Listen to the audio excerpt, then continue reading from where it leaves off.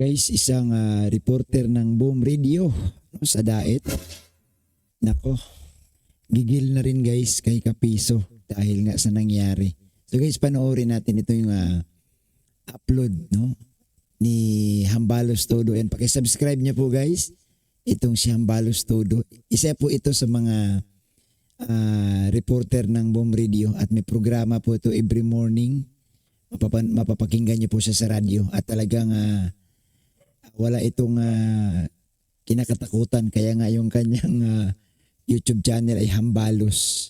So panoorin natin ito kung ano yung kanyang ipinaliwanag no pagdating po sa nangyari dito po sa kasuhan nila ni Kuya Bal at ni Kapeso. So ito po, panoorin natin ang kanyang ginawang reaction din. Eto reaction lang doon sa kay Kapisot. Grabe yung mga padahak mo noon, padi. Hindi ganon. Hindi ganon. Yung mga padahak mo sobre. Sasabihin mo nandun ka, hindi ka pumunta. Tapos parang yung datingan sa'yo, ini-ignore mo ang judiciary. Wala kang respeto sa judiciary, Kapisot. Hindi tama yung ganon. Ang may patawag, piskalya. Sasabihin mo, 3 ulit naman ang patawag. Lul, sa piskalya, pagka nag-schedule ng preliminary investigation, isang bisis lang yan. Hindi po yan barangay. Yung sinasabi nyo kasing 3 beses na pagharap, yan po ay kung barangayable ang kaso. Ang pagkakaalam kasi nila sir at marami din mga nag-advise na 3 beses daw yan ang patawag ng piskalya. Kaya nga sa ngayon medyo hindi muna nila pinapansin yung sabpina. Pero ang katunayan, nandito man talaga siya sa Daet. Yun nga sabi ko nga kahapon sa reaction ko, kung ako sa katayuan niya na diniklara naman talaga niyang matapang siya, dapat pinuntahan na lang niya sa Hall of Justice. Nagpakita na lang siya doon. Ang tanong, bakit hindi siya nagpakita? Nandito na rin naman talaga siya sa Daet. Siguro baka abogado rin pinadala niya. Kasi nga, ang sabi nga ng iba, hayaan mo yan, 3 beses pa naman yan. Anong gagawin mo dyan? Pero ang sinasabi nga nito ni Sir Hambalos, mukhang iba, no? Sa barangay talaga, pagkakaalam ko, 3 yan, no? Bago ka bigyan ng CFA, no? Pero dito pala sa korte, guys, pwede rin palang isang sabpina lang. Ang kasunod noon, arrest warrant na. Ang cyber libel case po ay criminal case. Hindi po siya barangayable case na pwedeng arigluhin sa barangay. Ano po? Kaya yan, pagka yung nag-schedule, dapat sumipot ka. Por respeto, sa atin po namang judiciary. Hindi pa pwedeng ganoon kasi fiscal's office po yan. Pag hindi ka sumipot, dun sa iyong sa patawag na preliminary investigation, waiver po yan on your part para masagot mo ng malinaw yung mga itatanong ng piskal tungkol po sa iyong kaso. Di ba? Waiver yon. Puntos mo sana yun. Pagkakataon mo sana para makapagpaliwanag ng maayos. Pero binaliwala mo at inuna mo yung kayabangan mo. Kayabangan nga ba na matatawag Kapisot o takot ka lang na harapin? Sasabihin mo pa, kaya hindi ka sumipot, ginamit mo yung kukote mo. Paano ka nagkaroon ng kukote? Hindi mo ginamit yung kukote mo kasi kung ginamit mo yung kukote mo, haharap ka sa patawag ng piskalya. Kung may respeto ka talaga doon sa batas, may respeto ka sa husgado or sa judge, dapat humarap ka kasi sabi ko nga, makikitaan ka ng judge ng pagsunod. Dito nga, papaano kaya pag nalaman ni judge na nandito ka naman pala sa Daet, bakit hindi ka nagpakita? Hindi pa pwedeng ganon. Bakit ko alam? Kasi naranasan na po natin yan. Guys, alam mo, every morning nakikinig ako sa programa nito ni Hambalos. Ang dami kasi nitong binabakbakan. Yung mga tiwali sa gobyerno, tiwali dito sa Kapitolyo, binabakbakan ito. Siyempre, yung iba, nagkakaso din talaga sa kanya. No, minsan nga sa kanyang programa, sinabi niya na after ng kanyang programa daw, mayroon siyang hearing sa korte. Kaya sabi ko nga, mukhang nakaranas na rin itong Shambalos madimanda. Alam nyo, kapag alam nyo ang proseso po dyan, sasampahan ka ng kaso sa Fiscal's Office, mag-i-issue ng sumpina ang Fiscal's Office at na ikaw at mag-file ng counter affidavit.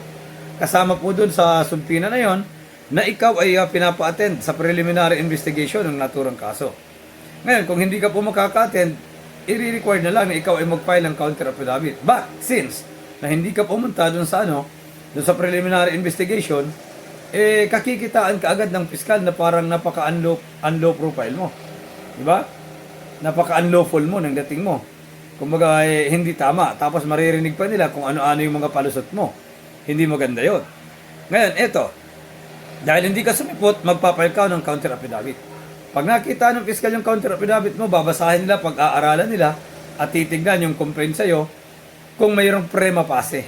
Pag may prima facie evidence po yan, maglalabas po ang piskal ng resolution.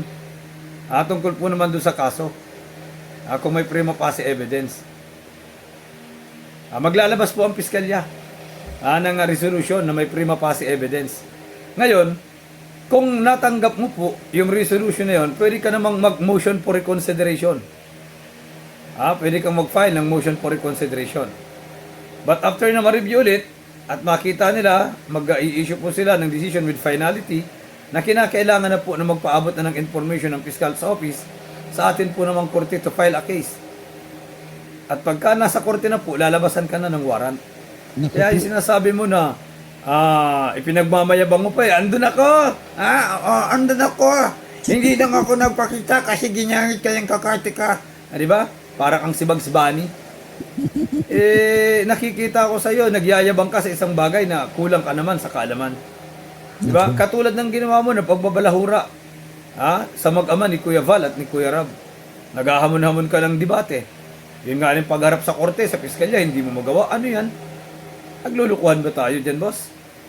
Kung magaling kang magbardagol, alam mo yung cyber libel case, mabuti man lang sana kung yung kinasuhan mo, kung yung nagkaso sa iyo ay politiko. Okay lang kung politiko. Pero kahit politiko pa, pag ang korte ang nagpatawag, pag ang piskal ang nagpatawag at ang korte ang nagpatawag, abay, dapat maging, Dapat talaga. Alam niyo, pag pinatawag ka ng korte, wag niyo pong baliwalain kasi, pag na-contempt kayo dyan, mahirap korte yan no? Hindi yan tipong barangay lang. Sa barangay nga, pag pinatawag ka ng kapitan, sumusunod ka nag-response ka. Lalo pa itong korte na ang magpatawag sa'yo. Pwede ba namang baliwalain mo yan? Dapat matuto kang rumispeto, dapat sumipot ka. Hindi mo sila pwedeng i-ignore. Kasi isa yan sa pinakamataas na utos. Kahit ano pang ginagawa mo, dapat pumunta ka sa korte. Yung gang nakakulong, pag kinakailangang iharap sa korte, dinadala sa korte. Correct. Di ba? Tingnan mo yung mga ini-issuean ng sabpina ng kasalukuyan ngayong mga sa impeachment, yung pang pinapadalahan nila. Hindi ka pwedeng tumanggi. Dapat talaga sumunod ka. Dapat talaga pumunta ka. Kagaya niyan, may sabpinan dumating. Ibig sabihin nun, kaya ka pinadala ng sabpina dahil gusto kang makaharap ng piskalya. Problema nito, karapatan naman daw talaga niya, pwede man siya hindi humarap. Pero siyempre, iba pa rin yung maramdaman sana ng korte na nandoon yung presensya niya nandoon kahit sandali man lang. Kaso lang, iba yung kanyang ibig sabihin na ginamit pa niya na di nawawali sila. So, ibang-iba talaga. Di ba? Yung nga nasa ospital Kung hindi makakapunta ng korte, kung kinakailangan korte ang pumunta sa kanya, pupuntahan siya ng korte. Pinakamataas na utos yan. Yung sa korte pero binaliwala mo. Kaya hindi ako magtataka na kahit natulungan ka ni Kuya Val, natulungan ka ng Team Kalingap, ganyan na lang kung balahurayin mo sila. Matapos mo silang pakinabangan. Di ba? Ganyan yung gagawin mo, pare. Ang binabalahura mo, yung mga taong nakakatulong sa mga taga Camarines Norte, sa mga mahihirap nating kawat, hindi lang sa Camarines Norte. Matagal ko nang kilala. Si Kuya Val Santos Matubang, matagal na kaming magkasama sa radyo. Kaya alam ko kung papaano nagsimula si Kuya Val Santos Matubang, si Kalingap Val. Hindi yan hindi biro-biro yung kanyang ginagawa, totoong pagtulong. Kung hindi nyo kaya yung ginagawa ni Kuya Val, ay huwag kayong mainggit, huwag nyo siraan. Alam mo, minsan parang inggit na rin talaga no? Parang inggit na rin talaga ang lumalabas dahil nagagalit sila kung ano sinasabi nila. Kung tutusin, ang Kalingap kasi, iyan man, kay Kuya Val. Ang may-ari ng Kalingap, si Kuya Val. Pero nagtataka nga rin ako, bakit ang daming gustong sumausaw. Mabuti lang sana kung nung nabuo ang Kalingap, kasama dapat siya doon. Hindi, nabuo ang Kalingap si Kuya Val. Pamilya ni Kuya Val. Pero wala man iba. Pero ngayon, ang dami na. O tanungin kita, si Kuya Val madami nang naipabahay, si Kuya Val maraming naging scholar. Ikaw ba, meron ka na bang naging scholar kahit isa? Kapisot? Meron ka na bang naipatayo na bahay ng isang mahirap na walang bahay kahit isang poste man lang? May naipatayo ka ba? May naibigay ka ba kahit isang simento? Nako, Sir Rambalos, pag sinagot ka niyan, iba ang sagot niya. Kasi napanood ko minsan yung live niya, may nagtanong sa kanya, ikaw wala kang naitulong. Iba na ang sagot niya. So hindi mo talaga, pag ang tao talaga na ayaw sa katinuan o ayaw talaga, gagawa ng paraan, gagawa ng sagot na hindi talaga kayo magkakasundo. Sa mga walang bahay? O kahit isang kubiko ng buhangin? Baka wala ka pang naibibigay, kapisot. Kaya wag mo kaming pagmalakihan. Diba? Wag mo kaming pagmayabangan, kapisot. Diyan sa mga ang pinaggagawa mong yan. Di ba? Kung balahurain mo si Kuya Val, akala mo pagkagaling-galing mo na, akala mo marami ka nang natulungan. Wag ganun, boss. Wag ganun, idol. Matuto naman tayong rumespeto. Kung ayaw mo na sa grupo ni Kuya Val, kung ayaw mo na sa grupo ng Kalingap, at hindi mo gusto yung kanilang patakaran, pwede kang lumabas, pero dapat hindi mo naman sila siniraan. Unang-una, yung ginagawa po nila pagtulong sa tao Siguro baka ikaw naiinggit ka kasi merong mga ibang mga Kalingap member na may mga kanya-kanyang love team. Baka naman gusto mong magkaroon ka ng ka-love team. Hindi ka lang nagsabi kay Kalingap Rob. O di ba? Baka naman gusto mo meron ka rin ka-love team. Hindi ka lang nagsabi kay Kalingap Rob. O, gag ka, boss. Wag ganon. Pagka pinatawag ka ng korte, pumunta ka. Hindi yan baranggayable. Pagmamayabang mo na may kukote ka, pagmamayabang mo ginamit mo ang isip mo, ginamit mo ang kukote mo, alam mo yung ginagawa mo, hindi mo alam. Kasi kung alam mo, yung bigat ng ginagawa mo, kung alam mo yung mga hakbang na ginagawa mo, hindi mo gagawin na i-ignore mo ang fiscal's office. Hindi mo gagawin na i-ignore mo ng patawag ng korte. Pambihira ka naman. Ng piskal, hindi pala korte, ng piskal. Abangan mo na lang yung mga susunod na araw. Sa mga susunod na linggo. Baka warrant na yung dumating sa'yo. Aabangan ko yun. Pag warrant na kasi ang darating sa'yo, dalawa lang ang pwede mong gawin no? Sa warrant, pwede kang sumama o pwede kang magtago. Pasalamat ka no, kung ang pagdating ng warrant araw ng Lunes. Pero pag ang dumating ang warrant ng araw ng Biyernes, Sabado, Linggo, walang opisina ang korte. Lunes pa. Alam mo karamihan guys sa mga arresting officer, Biyernes kadalasan talaga ako, may kakilala ako na-issuehan ng warrant Friday, tapos siyempre Linggo, Sabado walang opisina, Linggo walang opisina, o di tatlong gabi. Tatlong gabi ang tulog mo doon sa presinto. Ano? So ganun lang pag dumating ang warrant, pwede mo namang hindi sundin magtago. Kaso lang, magiging positive ka na. no? Ano ka na sa batas. Iniwasan mo na yung warrant or sumunod, no? Mahirap kasi, mahirap yung magtago ka ng tago dahil habulin ka. Lalo na ngayon na ang bilis na lang ang bilis malaman kung saan ka nagtatago. Ang bilis ng komunikasyon ng mga kapulisan kahit magtago ka pa sa Mindanao, magtago ka sa Visayas, mabilis eh. Oo.